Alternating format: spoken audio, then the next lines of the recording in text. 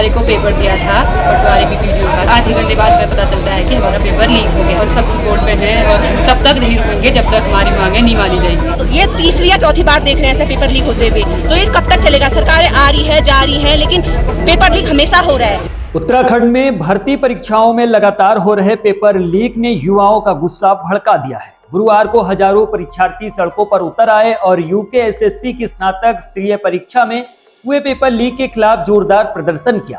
हाथों में बैनर और तख्तियां लिए युवाओं ने पेपर चोर गद्दी छोड़ जैसे नारे लगाए और जुलूस निकालकर सरकार, मुख्यमंत्री और आयोग को कटघरे में खड़ा किया। उनका कहना है कि नकल विरोधी कानून बनाने के दावे सिर्फ दिखावा है, क्योंकि प्रदेश में हर परीक्षा का पेपर लीक हो रहा है। इससे उनका भविष्य लगातार बर्बाद हो रहा है। आक्रोशित युवाओं का कहना है कि वो मजबूरी में सड़कों पर उतर रहे हैं, क्योंकि नकल माफिया उनकी मेहनत पर बार बार पानी फेर रहे हैं। छात्राओं का कहना है कि उनके परिजन तमाम अभाव के बावजूद उन्हें पढ़ा रहे हैं, लेकिन पेपर लीक होने से उनकी मेहनत बेकार हो रही है। इसके बावजूद मुख्यमंत्री पुष्कर सिंह धामी, भाजपा नेता और आयोग के अधिकारी केवल 3 पन्ने लीक होने की बात कहकर युवाओं को गुमराह कर रहे हैं। युवाओं का कहना है कि भर्ती परीक्षा में केवल आधा नंबर भी सफलता और असफलता का कारण बन जाता है। ऐसे में ये साफ है कि भर्ती प्रक्रिया नेताओं और आयोग के चहेतों के लिए ही कराई जा रही है। युवाओं ने मांग की है कि आयोग के सभी कर्मचारियों को बदला जाए और अब तक हुए पेपर लीक मामलों की सीबीआई जांच कराई जाए। उन्होंने चेतावनी दी है कि यदि सरकार और मुख्यमंत्री ने सीबीआई जांच के आदेश जारी नहीं किए तो प्रदेश भर में युवा उग्र आंदोलन करने को मजबूर होंगे।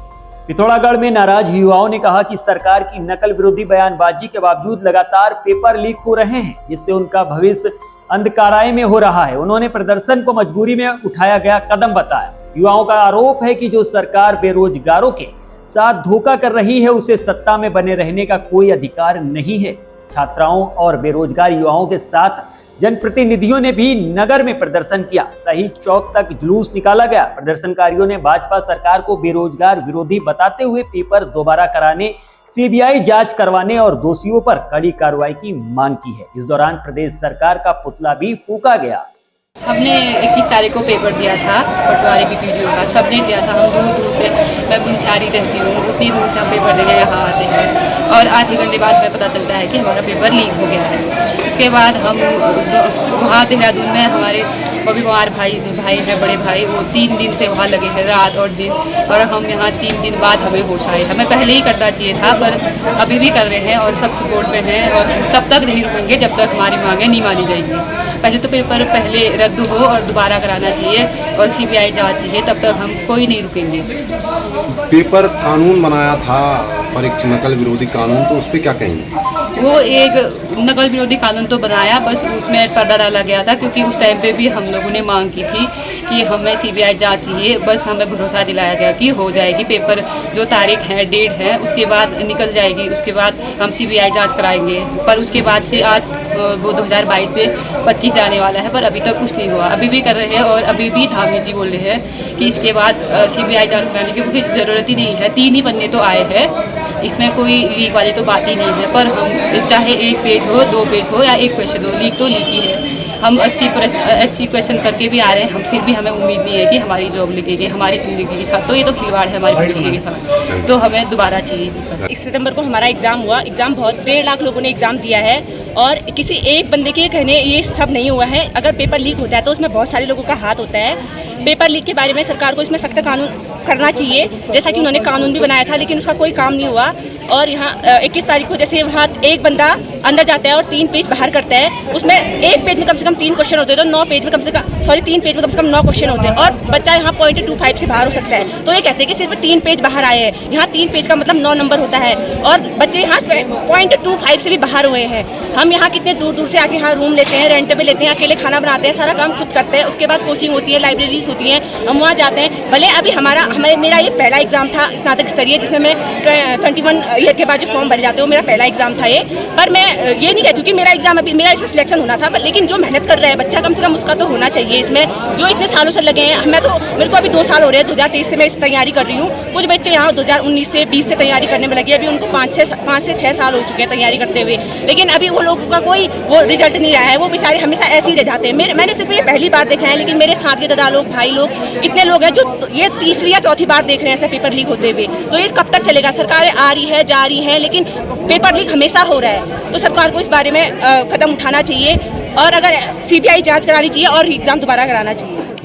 देखिए, जिस प्रकार का प्रकरण ये राज्य में चल रहा है, चाहे वो आज हो और या 2022 से हो, देखने को मिल रहा है कि जब भी हम परीक्षा देने जाते हैं तो पेपर लीक हो जाता है और सरकार इस पर कोई संज्ञान नहीं ले रही है, ना आयोग संज्ञान ले रहा है। और जैसा कि परसों आपने देखा, हम पेपर देने गए थे, 10-15 घंटे हम लाइब्रेरी में जाते हैं पढ़ के, हमारे माँ बाप हमारा अपना पेट काट कर हमें पाल रहे हैं, पोस रहे हैं, लेकिन उसके बाद जब हम जाते हैं अंदर तो 1 घंटे बाद पेपर देने के बाद हम जब बाहर आते हैं तो देखते हैं कि पेपर लीक हो चुका है। जब इस बार मैं घर गया तो पापा ने मुझसे पूछा कि बेटा पेपर कैसा हुआ? मैंने कहा पिताजी क्या कहते हैं, मेरे 65 से 66 नंबर आ रहे हैं, तो क्या पता मेरा सिलेक्शन हो सकता है। और जब मैं उसके बाद फ़ोन खोलता हूँ तो दिखता है कि व्हाट्सएप में पेपर तैयार है। और उस टाइम में फिर मेरे पापा की उस टाइम में जो दिल की पुकार थी वो शांत हो चुकी थी, बिल्कुल शांत हो चुके थे कि ये राज्य सरकार अब हमारा कुछ कर नहीं सकती है, चाहे मेरा बेटा कितना ही पढ़े, कितना ही वो करे।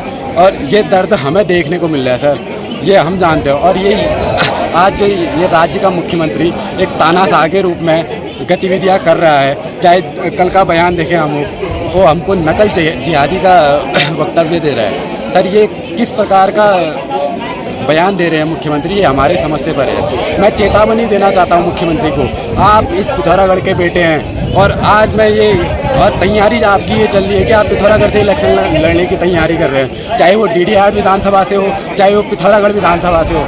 ये युवा आज चेतावनी देता है आपको, अगर आप जिस दिन पिथौरागढ़ में इलेक्शन लड़ने के लिए आएंगे तो ये युवा और ये युवाओं के घर का अभिभावक आपकी गद्दी गिराने का काम करेगा। ये युवाओं की तरफ से मैं चेतावनी देता हूँ।